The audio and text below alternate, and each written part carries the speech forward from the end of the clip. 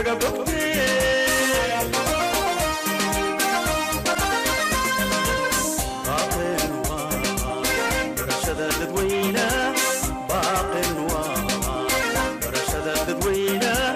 إلا بهيايو رب الله ياي إلا بهيايو رب الله ياي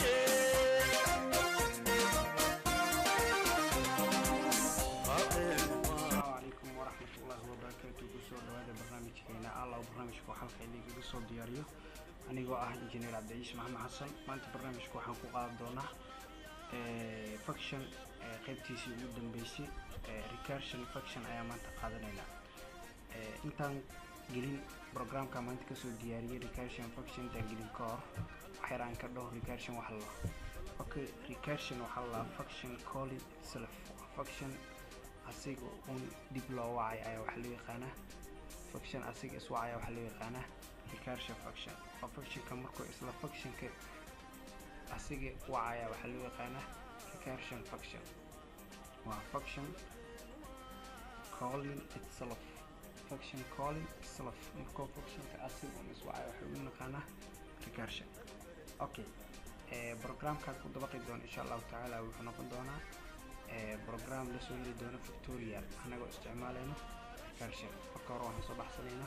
programkan ayaa ku dabaqi doona soo baxsanayna editorkiina wax ku ordleen oo div class plus ah. okay sida loo soconay header file-ka qorayna include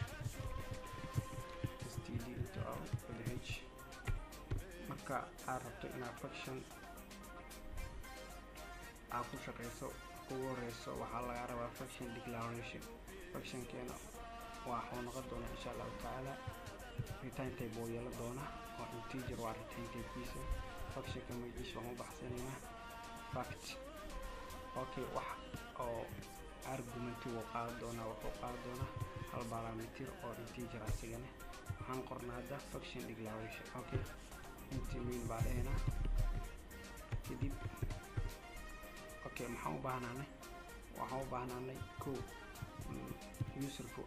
number ko soo gelinayo oo number result-iga meesha ku shubeyno oo ah Factorial intaan ay u baahnaan. okay user ko soo gelaa dhahno printf enter any number walba u baahan tahay aad Factorial karabto noo soo geli. okay user ka markuu soo geli scan f percentage d ampersand and user ko wuxuu soo geli waana la qabtay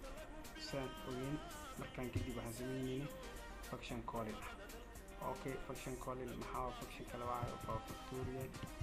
waxa loo baasaynaa waxa way n oo ah numberka kadib waxaan inta ku shubayna Factorial ka ku shubaynayna Factorial. marka la waa kadib shaqada noo qabanaya intaasan gaarin ka hor waan daawacanayna printf Factorial of percentage d number is percentage d. okay number oo noo hayo n ah iyo Factorial ka waxaa noo soo daawacay labadaba aan sidaas ku salaysan Factorial. okay function definition ka gelina function definition key function declaration ko leeyahay return type function ka magaciisa oo fact ah kadib integer oo ah inta aan iska qaadana n int result oo noo qaado doona hal result. okay condition waa ku xireyna if result haddii la faafaato n user ko wuxuu soo geliyaa haddii la faafaado 0 result waxay u shaqaa 1 else haddii sidaas naqa weyso waxay isagaysaa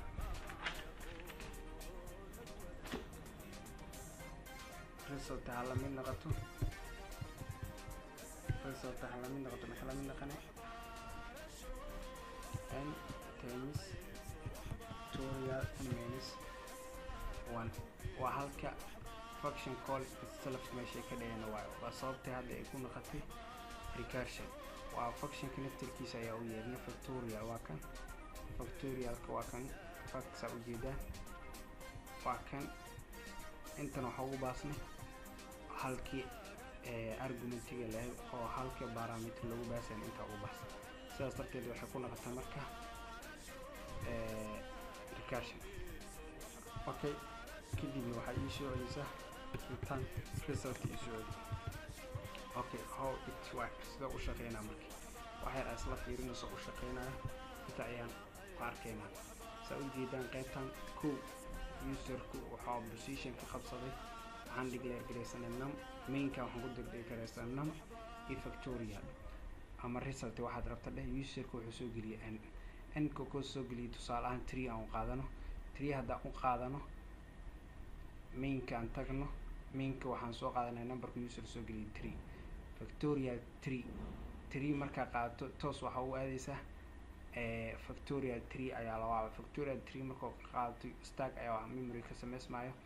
waxaa la isla barbar dhigayaa marka userka wuxuu soo geliyay 3 miyaa la egtahay 0 waa kan conditionka meesha ka dhacayo waa kan n waxaan qaadanay 3 ever miyaa la mid ah may sidaas darteed qaybtan ma la fulinayo else block ayaa la aadaa result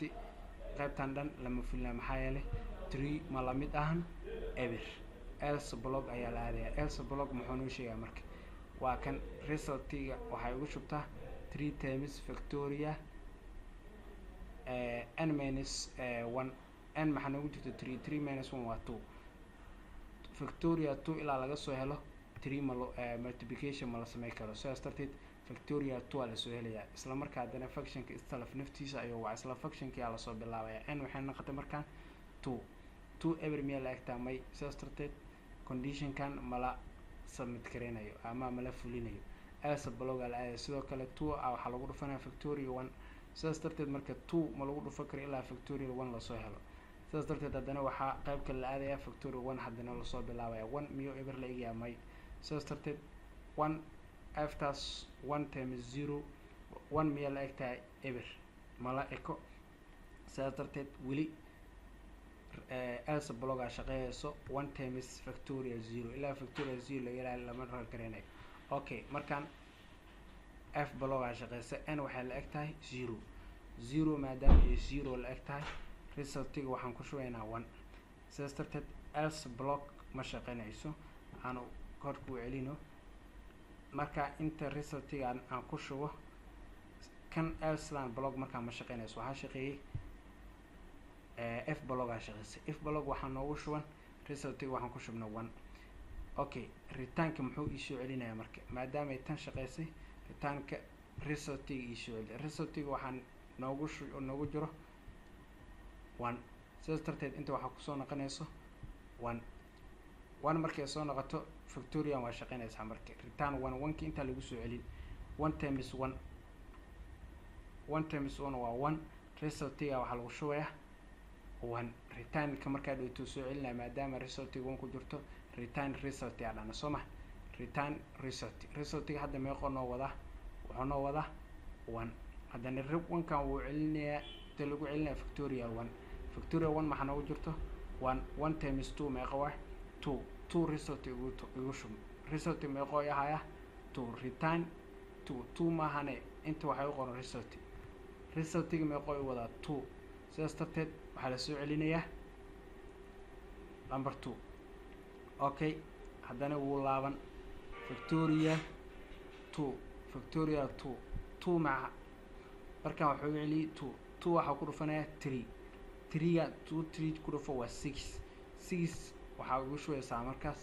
resultiga markii 6 lagu shubo return resultiga maxaa ugu jiro 6 okay markaan 6 waa u dhamaatay markaan mainkaa tegayna markay return 6 markuu celiyo wuxuu celinayaa inta marka n6 factorial lagu shubaa factorial meeqay noqota marka 6 saas darteed waxaa lagu daawacayaa 3 factoriyadeeda waa 6 markaas numberku userka soo geliya tusaale ahaan u qaadana 3 factoriyadeeda waxaana toos noogu soo celinayo 6 aan jeegareyno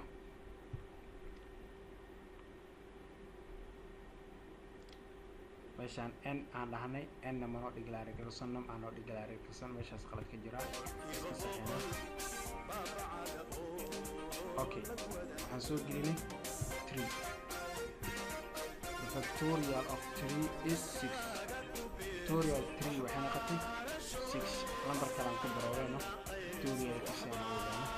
4 aan fiirino 4 factorial ma waa 24 aan leedahay 4 factorial of 4 is 24 numberka factorial 4 la yiraahdo factorial keeda waxay imaanaysaa 24 okay 5 aan fiirino 5 sidoo kale waxay imaanaysaa 120 factorial of 5 is 120 okay saas ayay u shaqeynaysaa intaas waxaa noogu eg qaybtaan landing factorial هذا وبالله التوفيق السلام عليكم ورحمة الله وبركاته كان انت برنامج